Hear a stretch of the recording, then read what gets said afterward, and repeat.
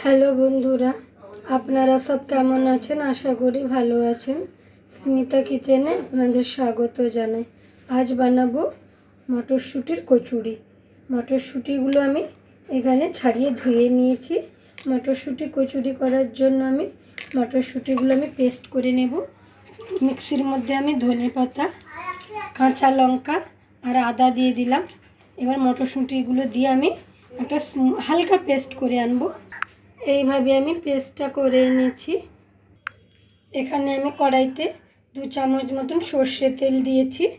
সামান্য একটু হিং ফোড়ন দেব, দিয়ে এটা পেস্টটা দিয়ে দেবো। কড়াই থেকে পেস্টটা দিয়ে দিলাম। কড়াইতে আমি নাড়তে থাকছি। এখানে পরিমাণ মতন আমি নুন দিয়ে দেব, সামান্য একটু চিনি দেব। মটরশুঁটির কালারটা চেঞ্জ হতে থাকছে।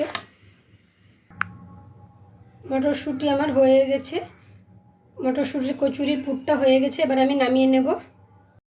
এদিকে আমি আটাটা মাখছি। আটাটা ময়াম দেওয়ার জন্য চিনি, নুন আর সামান্য একটু ঘি নিয়েছি, দিয়ে আটাটা মেখে নেব। আপনারা মটরশুঁটি কচুরিটা ময়দা দিয়ে করতে পারেন, আমি এখানে আটা দিয়ে করছি। এখানে আমাদের ময়দাটা খাওয়া বারণ আছে ডাক্তারের, ওই জন্য আমরা আটা দিয়ে করছি। এদিকে আমি আটাটা মাখানো হয়ে গেছে। এবার লেচির মধ্যে আমি পুরটা ঢুকিয়ে নিচ্ছি।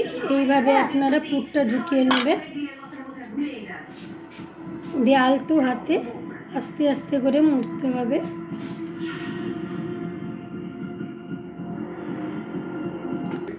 একই প্রসেসে আবার একটা করছি। যেইভাবে আলুর পরোটা বানানো হয় একই প্রসেসে বানানো হচ্ছে। এইভাবে আমি আলতো হাতে আস্তে আস্তে করে বেলে নেব, যাতে মটরশুঁটির পুরটা না বেরিয়ে পড়ে। এইভাবে আমি বেলে নিয়েছি। একই প্রসেসে সবগুলো বেলে নেব। তেলটা গরম করতে বসিয়ে দিয়েছি। দেখুন আমি এখানে ছেড়ে দিয়েছি। কচুরিটা কিভাবে ফুলছে দেখুন।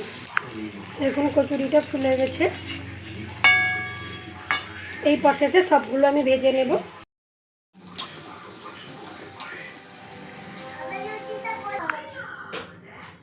এইভাবে আমি সবকটা মটরশুঁটির কচুরি করে নিয়েছি। আমার এই মটরশুঁটির কচুরি ভালো লাগলে লাইক, কমেন্ট, শেয়ার করবেন, সাবস্ক্রাইব করবেন। নতুন নতুন রেসিপি দেখতে চাইলে কমেন্ট করে জানাবেন। আর সবার ঘরে তো মটরশুঁটি কচুরি করে থাকেন, বিশেষ করে শীতকালে সবার ঘরে হয়ে থাকেন, তাই আমার ঘরেও হয়েছে, তাই আমি আপনাদের সঙ্গে শেয়ার করলাম।